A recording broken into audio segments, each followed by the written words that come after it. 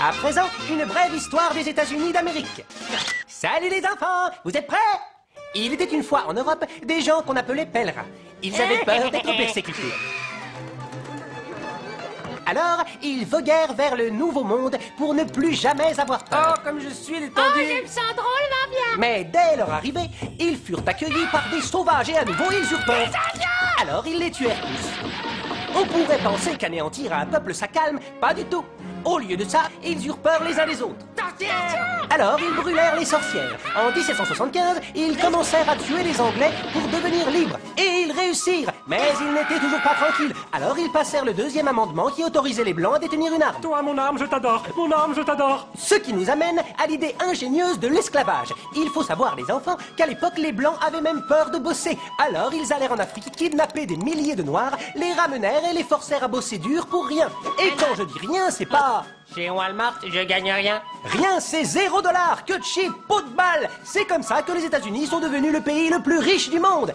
Est-ce que tout ce pognon et ce travail gratos, ça a calmé les Blancs? Sûrement pas. Ils eurent encore plus peur. Parce qu'après 200 ans d'esclavage, il y avait plus de Noirs que de Blancs dans le Sud. La suite est facile à deviner. Les esclaves se rebellèrent et commencèrent à trancher la tête de leur maître. Les Blancs flippaient complètement et disaient « Je veux vivre, ne me tue pas, grand homme noir !» Samuel Colt tomba à pic en 1836 avec son arme qui tirait plusieurs coups sans qu'on ait à la recharger.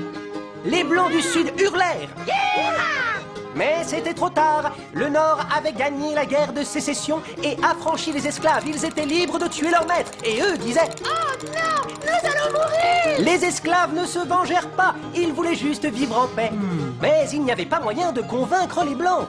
Alors, ils créèrent le Ku Klux Klan. Et quand en 1871, le KKK devint une organisation terroriste illégale, un autre groupe fut fondé, la National Rifle Association. Bientôt, le pays passa une loi interdisant aux Noirs de posséder une arme. Super année pour les États-Unis, le KKK et la NRA. Bien sûr, il ne faut y voir aucun lien, c'était un hasard. L'une prônait le port d'armes légal et l'autre lynchait les Noirs.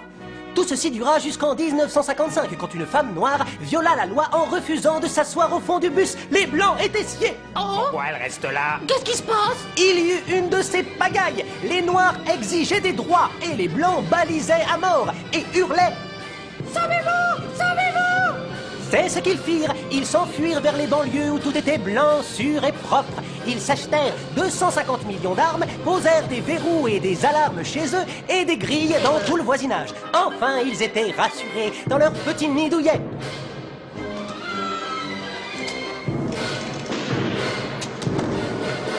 Et ils vécurent heureux jusqu'à la fin des temps.